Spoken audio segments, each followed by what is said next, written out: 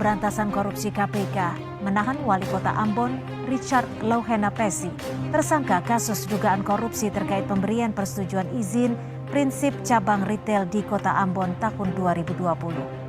Selain Wali Kota Ambon, Richard Louhenapesi maksud kami, KPK juga menetapkan 2 orang lainnya sebagai tersangka dalam kasus ini, yakni seorang staf tata usaha pimpinan Pemkot Ambon dan seorang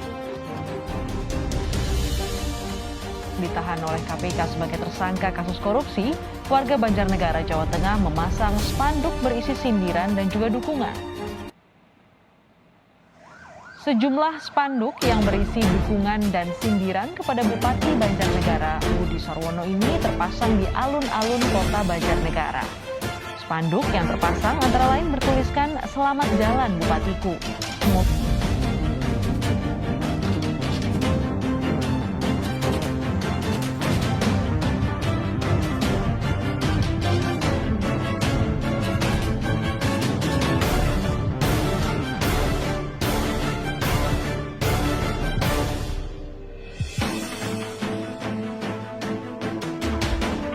Kalau tidak dikorupsi bisa jadi apa ya? Dan itu kalaupun misalnya korupsinya hanya 20,8 miliar. Kita dengarkan tadi penuturan Wakil Ketua BPK yang hasil auditnya belum selesai, tapi ada banyak sekali potensi-potensi kemungkinan terjadinya penyelewengan yang jauh lebih besar. Sebelum saya ke Pak Agus lagi, saya ingin ke Kurnia.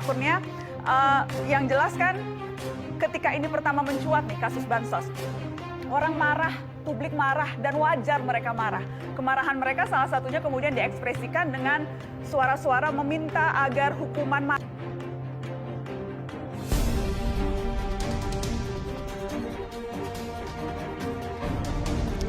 Indonesia merupakan salah satu negara dengan tingkat korupsi tinggi.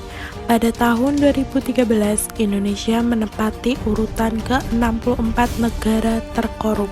Sudah cukup mengkhawatirkan karena kasusnya ada di berbagai kalangan, mulai dari eksekutif, legislatif, yudikatif, bahkan swasta.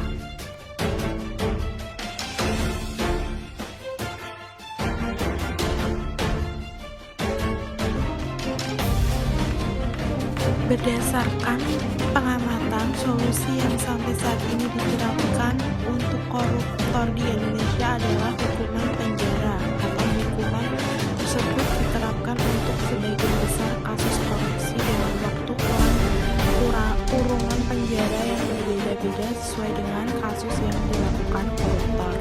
Akan tetapi bagi hukuman penjara ini tidak jera untuk melakukan korupsi karena hukuman yang mungkin tidak sebanding dengan perbuatan yang mereka lakukan. Dengan semakin banyaknya kasus korupsi yang terjadi di Indonesia, setiap tahunnya dapat mengakibatkan angka kemiskinan di Indonesia. Dalam hal ini yang dirugikan adalah seluruh masyarakat. Dari itu, semoga Indonesia